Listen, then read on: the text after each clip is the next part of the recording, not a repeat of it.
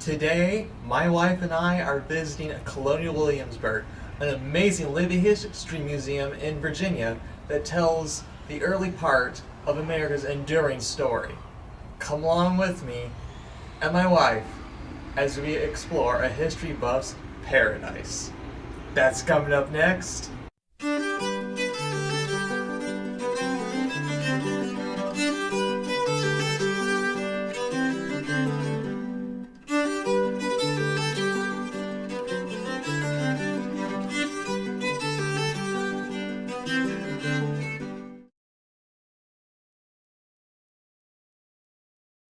Well, this particular site is a mix of original and reconstructed buildings.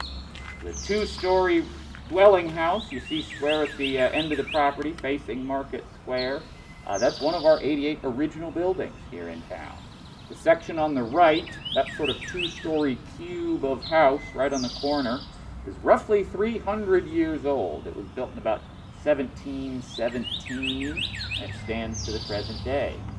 A little bit later in the 1750s, an addition added there to the left with the big window, also original.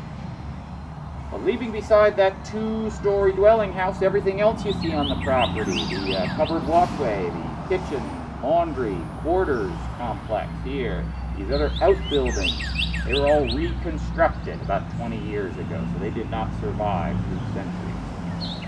But indeed, over the course of several years, we restored the whole complex of buildings to what we think it appeared at the time we represent here in town, the 1760s and 70s. Now, at that time, the man who owns this property is a man named Peyton Randolph. He's a lawyer and politician. He works over in that Capitol building on the other side of town. He's the Attorney General for a good while, the government's top lawyer.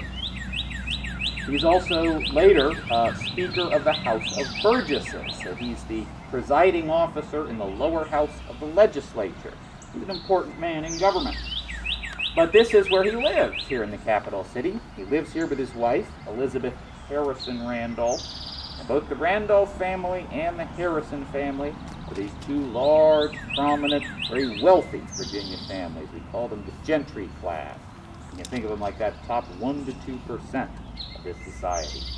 Mr. and Mrs. Randolph have no children of their own. They do both come from large extended families, so they have many, many nieces and nephews, some of whom do come and stay with them at one time or another. But the Randolphs are by no means alone on this property. When Peyton Randolph dies in 1775, an inventory is taken of all his property. At the end of this inventory are recorded the names and valuations of 27 enslaved men, women, and children, people working in many of the spaces that you'll see throughout the complex here. So the laundry and the kitchen complex, Betty, Aggie, or Charlotte might be working in those spaces. You'll also see attached in the same building living space for many of the enslaved workers. The dairy and textile house as well next to me. This back section of the property, more of an agricultural area. You can almost think of it like a miniature plantation right here in the capital city. Now, Peyton Randolph, remember, he's a lawyer and politician in the colonial government before independence, which means in the 1770s, he's faced with a difficult decision to make. Does he remain loyal to the king, loyal to Great Britain, or does he favor independence, separating these colonies out of the British Empire? Peyton Randolph, for his part, traveled up to Philadelphia in 1774 to participate in the Continental Congress. This group of representatives from each of the 13 colonies gets together in Philadelphia to make decisions what to do jointly as a united effort. That Continental Congress ultimately in 1776 in July does declare independence. But Peyton Randolph doesn't quite make it to 1776. In October of 1775, Peyton is serving as a delegate in Philadelphia and suffers a stroke. He dies in Philadelphia. He never has the opportunity to put his signature on that famous document. But who knows, if Peyton Randolph had lived just 9 months longer and remained in good health, it might be his signature today on the Declaration of Independence perhaps in place of John Hancock's signature, because John Hancock steps in as president of the Congress for Peyton Randolph, who had stepped down due to ill health shortly before his death. But what I encourage you folks to think about as you're certainly exploring this property, but as well the rest of Williamsburg, is that this revolution, this time of uncertainty, risk, and perhaps opportunities as well, doesn't just apply to the Peyton Randolphs of the world. It applies to everyone in this community. That includes Williamsburg's enslaved community. They make up about half the city's population, 27 of whom lived and worked right here on this property. So you folks are welcome to explore around, take a look in the various outbuildings. If you have any questions, of course, let us know.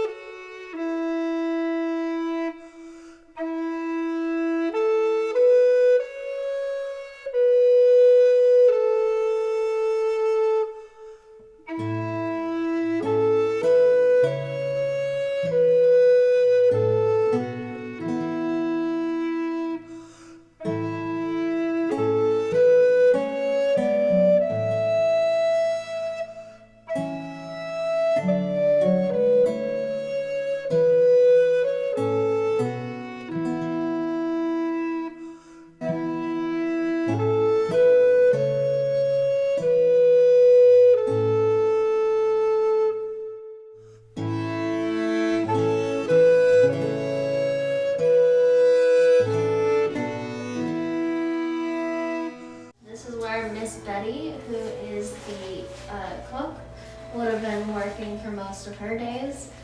She is one of the enslaved as well. She's one of 27, almost 28. But she would have about 5 or 6 people in here helping her out, doing the daily chores, making sure that all of the food was cooked, and making sure that the table was set properly. So she does most of the brunt of the work, but we do also have about 2, maybe 3 young boys who are in here as well. They're kind of learning how to do some of the cooking, but mostly we have them in here to change out the logs on the fire, to make sure that the fire is always going. Another thing that they would do is they would learn how to control this clock jack. So the clock jack spit is basically a rotisserie that is used to roast your meats fully.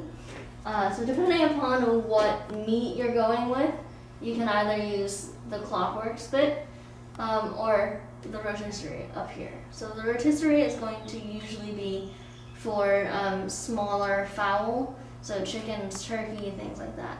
But if you are going with beef, pork, or fish, you're going to want to use the other one, or the one that is closer to the ground. You would hook it up to these rungs right here. This rope would attach to this pulley system. That pulley system would then go over there to that one. And you would weigh it all down with these cables. So, any other questions, my lovely friends? That's a really complicated method for pulleys and the whole 9 yards. Yeah, it is really complicated, but... Was that like only the top of the top, the 1% of the Williamsburg residents had that sort of system, or was it common among the other gentry or political people? I'm going to say it was most likely common among the other gentry as well. If you were probably a farmer, you definitely have something like this, maybe not as fancy, but you would definitely be doing something to get that meat, to get that chicken, fowl, whatever, roasted for your late family dinners. One of my favorite things in here are these little containers, because they're made out of clay, and with that you can actually fill it with anything that you'd like, so any ingredients, whether it be root vegetables, those leafy lovely greens over there, or cabbage, and then you could put in a protein of your choice with a little bit of water and a little bit of seasoning. And then what you would do is you would put it either on the griddle over here, Or you would take some of the coal from the fire, put it right here, put this over, cap it, and then put a little bit of ash on top. And that would actually end up fully rounding out the soup. So you would let that sit for the whole day. And then at the end of the day, you could actually take it out and it would be ready. So, Kind of like soup making 101. like an old-fashioned slow cooker. Yeah, exactly. So think of this as your 18th century crock pot. You can also use a Dutch oven like this one over here to make any types of bread, flapjacks, pancakes, other things like that. Very cool. Yeah, Thank you. you're welcome. This is one of my favorite places because I do actually like to cook and I like to eat as well. So, any chance that I get to talk about food or like how to make it in specific, this is where I'm at. Well, it's always so interesting to see the similarities and differences between how they cooked in Oh, the definitely. 1700s versus today. And, some things like slow cooking, oh, we still do that, or other things we may be doing different. Yeah. Kind of like how with preheating our ovens, what we do for that is literally turn the dial, right? But for the 18th century, we don't really have an actual oven. So instead what we're doing is we're taking hot coals from the fire, putting them below and above, and that actually regulates that heat. And the more you add, the more heat you're supplying. So that's basically what you would be doing for like adding to 350 degrees. You would just keep adding until you felt that it was ready. Since we don't have the actual like, I forget what it's called, but the thermometer. Yeah. Since we don't have those in the 18th century, what we do have is our sight, our smell, and our taste. So we would actually use those three senses to make sure that it was ready or not.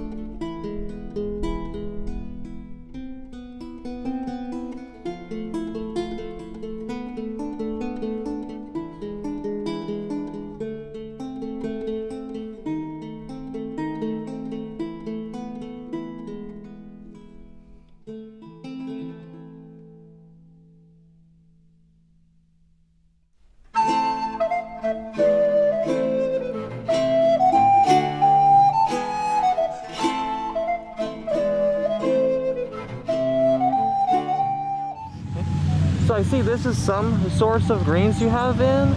What different varieties do you have? We've got some kale, some kohlrabi, some, what else do we have? Spinach. What else do we have back there? Turnips, peas, parsnips. This is the only thing left over I wintered over, the spinach, but I had some collards and some kale and some Spanish black radish all wintered over. Now I'm getting the spring stuff in. Cool. Getting ready to plant some tomatoes very soon. Cool.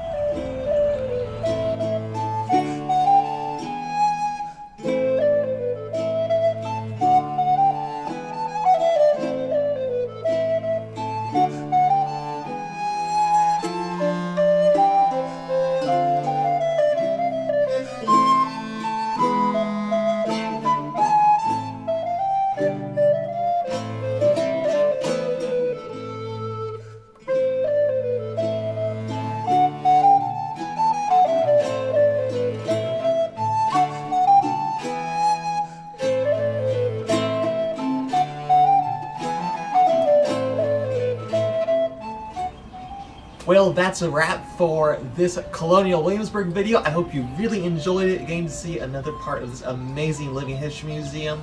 If you like this sort of stuff, check out my other videos. Check out colonialwilliamsburg.org to plan your own visit here, because it's so much cooler in real life than it is on film.